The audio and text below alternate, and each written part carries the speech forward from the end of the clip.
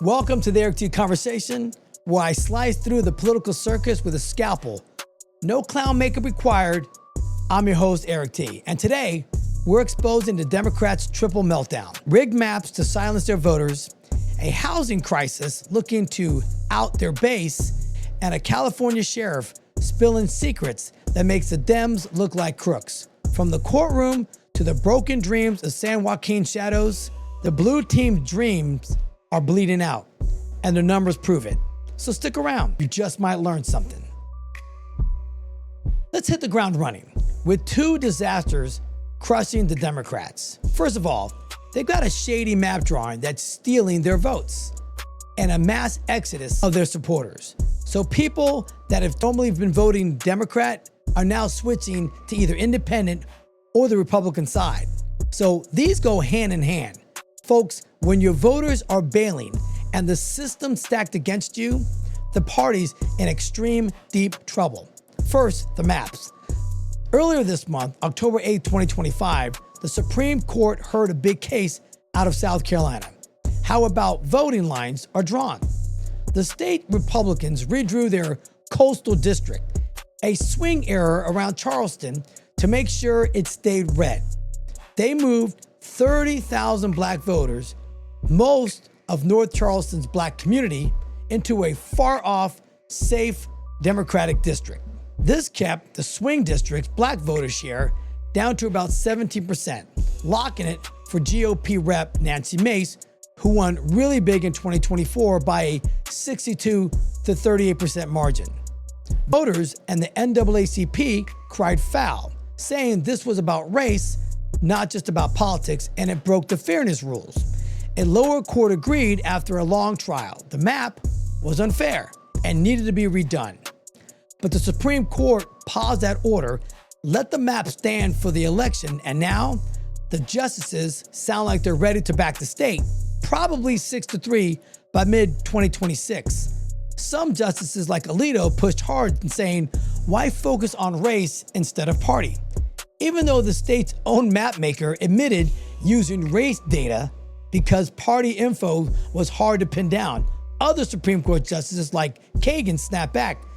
You're pretending it's not about race when it clearly is.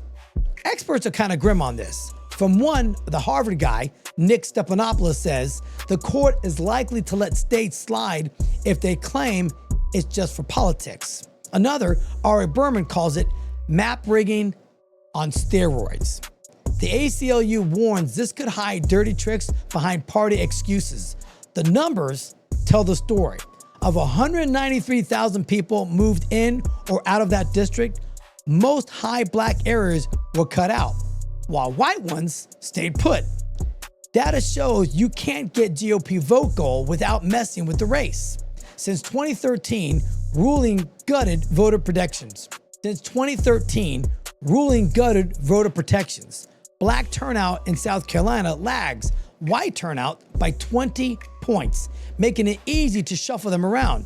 If the court okays this, it is open season on map rigging. States like Alabama, Louisiana, and Georgia could all redraw their lines to wipe out 10 to 19 Democratic seats. Nationwide, it'll make it harder for minorities to have a voice, leaving Congress whiter and redder. One activist puts it bluntly, without new laws to fix this, democracy is kind of in trouble. Now, to the voter bleed out from the Democrats.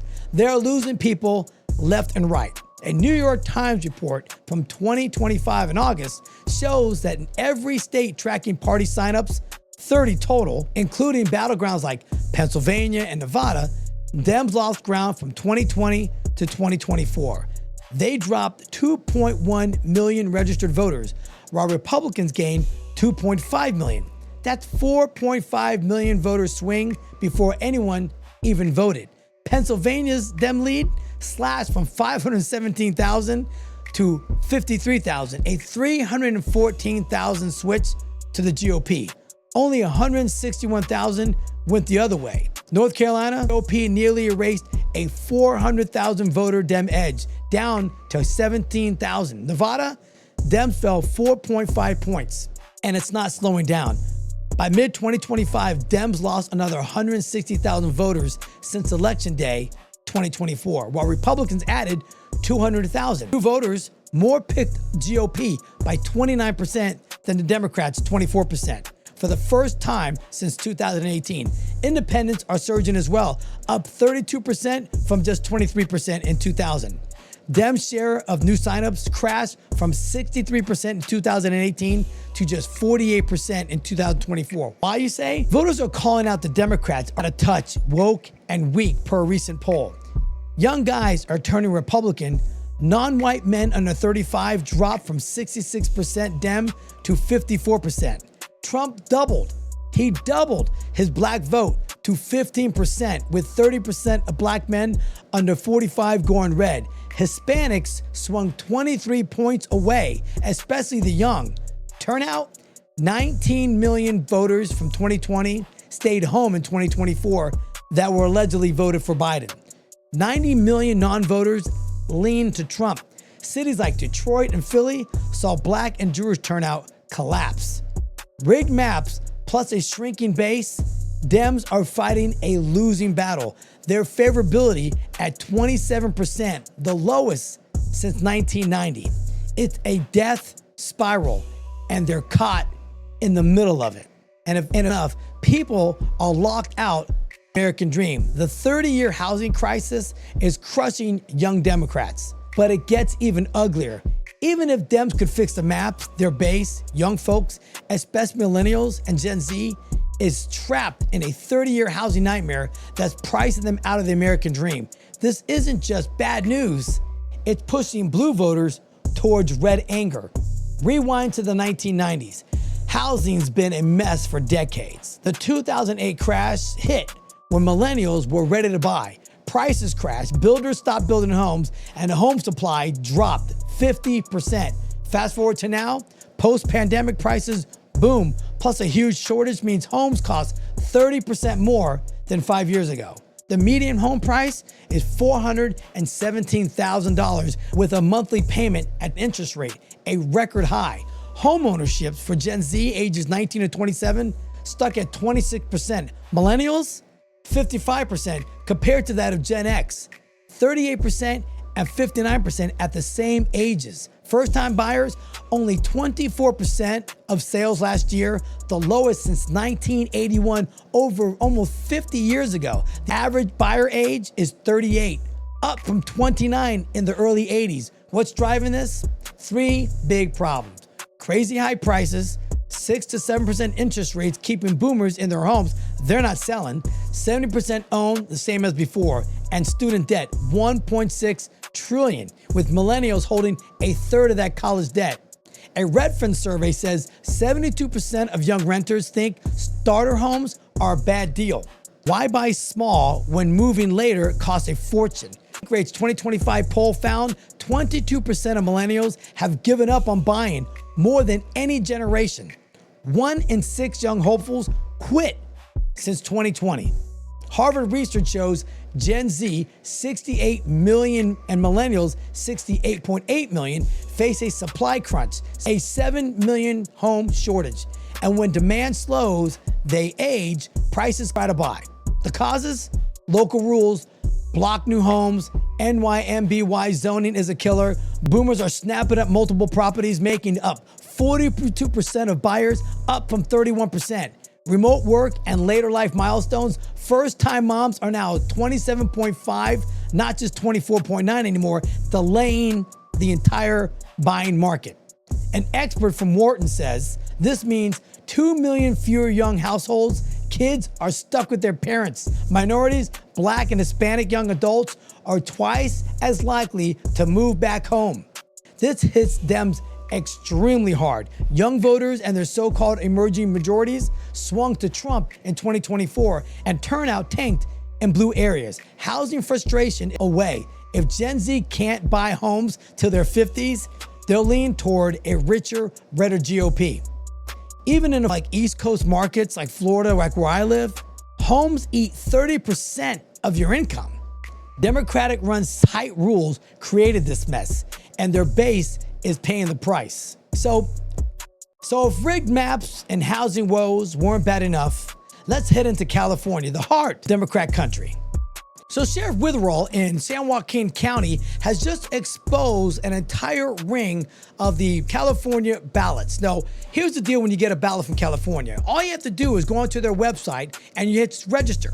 So they are getting people that have been registered not only in a different county, but they're also registered in different countries. That's right. They have people from Pakistan that have registered to vote in a California election because it's just on the honor system. So what happens is you go through the whole thing, you click on there, no ID required, no verification, and it's like at the end of it, it says, are you sure everything you're saying is the truth? You click on it and say, yes, it's the truth, and boom, you're registered to vote. And know what happens when you're registered to vote? Every time there's another election, you get mailed a ballot, a mail-in ballot, because people don't realize that California is all mail-in ballots. Because I got news for you. Nobody is voting for Gavin Newsom. I've been saying this for years. The people in California are not voting for these people. California has been doing these elections for 30 years. How do you think the 2020 election, how it worked out the way it did? Because they've been doing it. They had a plan. They've been doing it in California for freaking 30 years, doing these elections that way. I'm not saying it's anyway, but you know exactly what I'm saying. You got to be careful sometimes when you say on these platforms, because then you get shut down. But you know exactly what I am referring to. California has a mail-in ballot system, and a mail-in ballot system is susceptible to bad things happening. And when you can vote and register online and get a ballot sent to your house in Pakistan, red flags need to go up, and they need to start investigating this and fix the system in California. Because I got news for you, I strongly believe California is not as blue as they want you to think it is. It's blue because you can easily manipulate the California voting system. And when you have mail-in ballots sent to different countries and different counties going across the border in order to vote in elections in California, there's something significantly wrong. So they're looking into that.